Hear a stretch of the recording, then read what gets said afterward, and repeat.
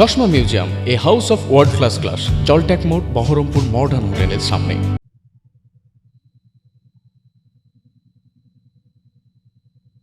গাড়ির চাকাতে না পড়ে যেতে না। আচ্ছা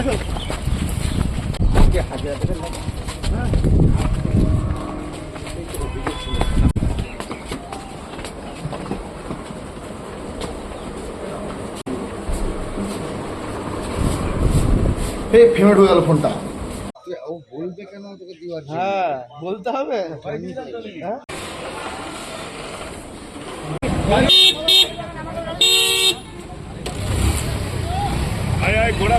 গঙ্গার ওপারে রেজিনগর থানা দিয়ে দেবে। তাকেই বাহাদুর ওসি শক্তিপুর থানার কাস্টডিতে রেখে মারা ধরা করা হলো কেন? তাকে মারার এখতিয়ার কোথায় দিয়েছে? সে কি ক্রিমিনাল, না সে চোর, না সে ডাকাত, না সে খুনি? তাকে বিকেলবেলায় 5টার সময়, পরের দিন সকাল 6টায় ভোট হবে, আর বিকেল 5টার সময় মানিকগড় মোড় থেকে তাকে ডেকে তুলে নিয়ে আসা হলো। তাকে রাত্রিবেলায় মারধর করা হলো। কোন যুক্তিতে? পুলিশের কোন ডিকশনারিতে আছে? পুলিশ মানেই সে যা খুশি তাই করবে?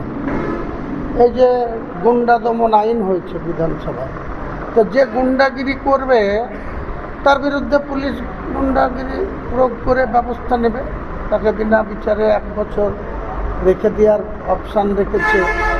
যে প্রকৃত গুন্ডা, যে গুন্ডাগিরি করবে, যে খুন করবে বা যে মস্তানি করবে তার বিরুদ্ধে করবে। পুলিশ যেখানে গুন্ডাগিরি করছে তার বিরুদ্ধে কে ব্যবস্থা নেবে?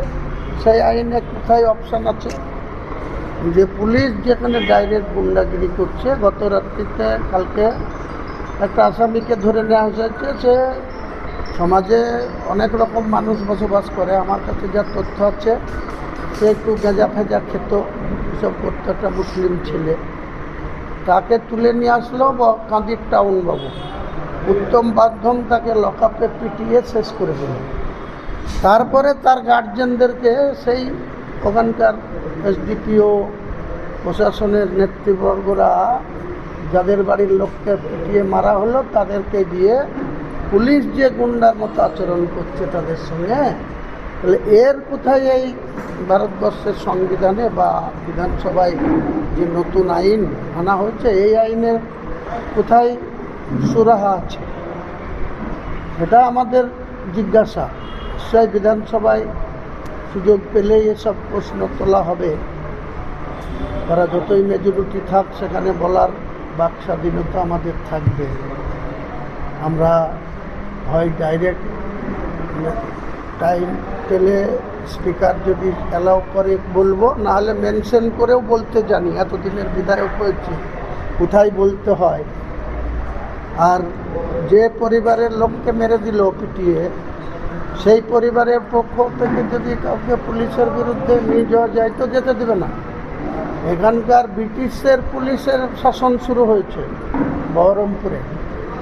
বহরমপুর তথা মুর্শিদাবাদ জেলায় ব্রিটিশের শাসন হয়েছে। আমরা তখন আন্ডারে যে ছিলাম 74 সালে, সিদ্ধার্থ শঙ্কর রায় মুখ্যমন্ত্রী ছিল, আর ভারতবর্ষের প্রধানমন্ত্রী ছিল শ্রীমতী ইন্দিরা গান্ধী। ইন্দিরা গান্ধী তখন এই পুলিশের হোমগার্ড ছিল। এখন সিভিক ভলেন্টিয়ার হয়েছে, এখনও হোমগার্ড আছে, কিন্তু তখন পুলিশের হোমগার্ড ছিল।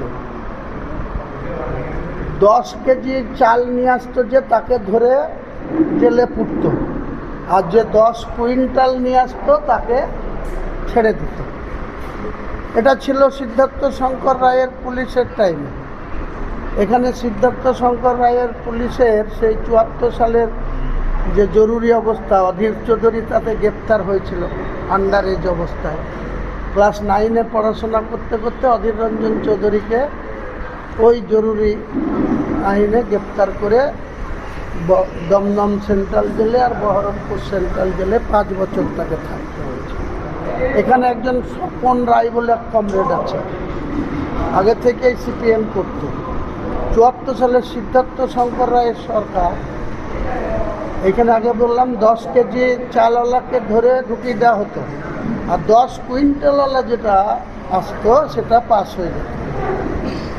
এখন এই যে মুখ্যমন্ত্রী তিনি গর্ব করে বুক চিতিয়ে বিধানসভায় দাঁড়িয়ে বলছেন আমি দুর্বল মুখ্যমন্ত্রী না, আমি সবল মুখ্যমন্ত্রী। সবল মুখ্যমন্ত্রীর সবল পুলিশ এখানে মানুষের উপরে কি অত্যাচার করছে একটু ভালো করে দেখুন। এই দিন চিরদিন সমান যাবে না। আপনি মনে করছেন যে আপনি 4 বছর যে দুর্বল মুখ্যমন্ত্রীর দ্বারা আক্রান্ত হয়ে আপনি 105টা মিটিং করতে আপনাকে অনারেবল হাইকোর্টে যেতে হয়েছিল। নিজের মুখেই বলেছেন যে 105টা মিটিং ওনাকে দুর্বল মুখ্যমন্ত্রীর প্রশাসন করতে দেয়নি, উনি অনারেবল হাইকোর্টের কাছে গিয়ে করেছিলেন। আর আজকে উনি 3 মাস হয়নি, ওনার পুলিশ প্রশাসন কি কাঁদি, কি শক্তিপুর, কি রেজিনগর, কি যেখানেই দমকল, আপনি খোঁজ নিয়ে দেখুন না পুলিশের আচরণটা কী ধরো। এর জন্য কিন্তু সম্পূর্ণ দায়ী হচ্ছে বাংলার মুখ্যমন্ত্রী। তিনি ডাইরেক্ট বুক ফুলিয়ে বুক চিতিয়ে বলছে যে আমার পুলিশ মস্তানি করবে। তাহলে পুলিশ তো এখানে সরাসরি মস্তানি করছে, গুন্ডামি করছে। তাহলে পুলিশের আর বিচার ব্যবস্থাও আপনাদের সংবাদ মাধ্যম যেমন আমাদের যে 4টে স্তম্ভ গণতন্ত্র, তার মধ্যে আপনারাও একটা পার্ট, জুডিশিয়াল একটা পার্ট। সেই জুডিশিয়ালও এখানে কি হয়ে গেছে আপনারা একটু ভালো করে খোঁজ খবর নিন তো, যে সেখানেও বিচার ব্যবস্থার মধ্যে কতটা সাম্প্রদায়িকতার মানসিকতা নিয়ে জজ সাহেবরা যদি চলে, যদি একটা ওসির চেয়ারে তিনিও ওত নিয়ে তিনিও আইপিএসরা অশোক স্তম্ভকে রেখে সেই পোশাকের মর্যাদা যদি তিনারা না রাখেন, তাহলে তাদের বিরুদ্ধে কে কোথায় কথা বলবে বলুন।